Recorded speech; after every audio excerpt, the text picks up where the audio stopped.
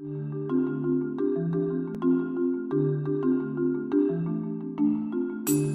70 à 80% des hommes et des femmes contracteront le VPH au moins une fois dans leur vie. C'est l'infection transmise sexuellement la plus fréquente au monde.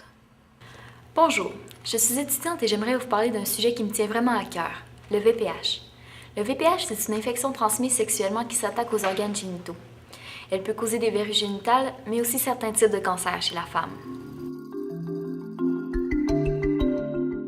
Par contact de la peau qu'on peut l'attraper.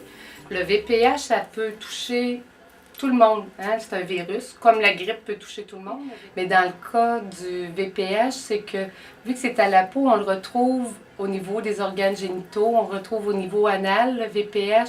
Quand on est porteur d'un virus, dans le cas des condylomes, qui est des verrues, on l'a tout le temps. Il faut savoir qu'il existe environ 100 souches de VPH, les plus dangereuses étant le 6, le 11, le 16 et le 18. Les deux premiers, le 6 et le 11, sont responsables des condylomes. C'est le 16-18, ça c'est responsable du précancer du col, puis du cancer du col et de la vulve. On limite beaucoup les contacts en portant le condom, hein, surtout au niveau de la femme, ça protège beaucoup, mais c'est sûr que c'est pas efficace à 100%.